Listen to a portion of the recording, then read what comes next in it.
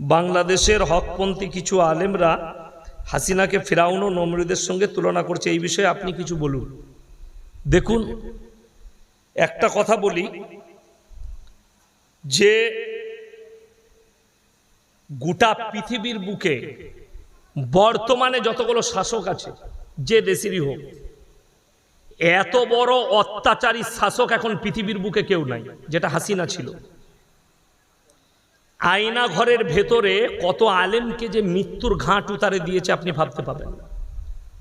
একজন মুফতি সাহেব বেরিয়ে এসে বলছে, আমি যখন দেখলাম পচা খাবারগুলো, সংসদের পচা খাবারগুলো আমাদেরকে দেওয়া হয়, খেতে পাচ্ছি না, নিয়ত করলাম আমি রোজা রাখবো। রোজা রাখতে লাগলাম, বলছে সেহরিতে যে খাবারটা দিত সেটাও পচা খাবার। ভাতগুলোকে দুবার তিনবার ধুয়ে ধুয়ে নুন দিয়ে খেয়ে রোজা রাখতাম।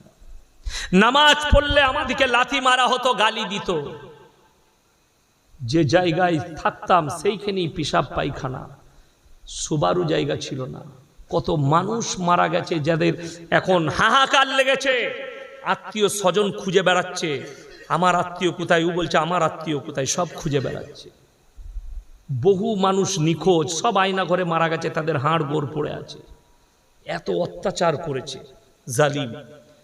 আমির হামজা বলে একটা বক্তা আছে, তাকে জিজ্ঞেস করুন কি অত্যাচার করেছে।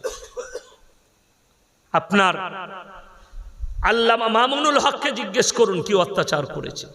যারা সেই কারাগারে ছিল তাদের সঙ্গে কি ব্যবহার করেছে।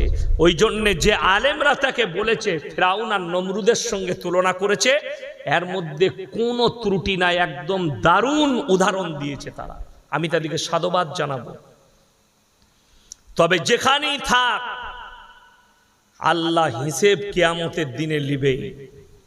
আল্লামা দেলওয়ার হোসেন সাইদির মতো লোককে 10টা নারীকে জিনা করা, ধর্ষণ করার কেস দিয়েছিল এবং ওগুলোকে সাজিয়েছিল। সেই মেয়েগুলোকেও আল্লাহ পাকড়াও করবে। আপনারা কি মনে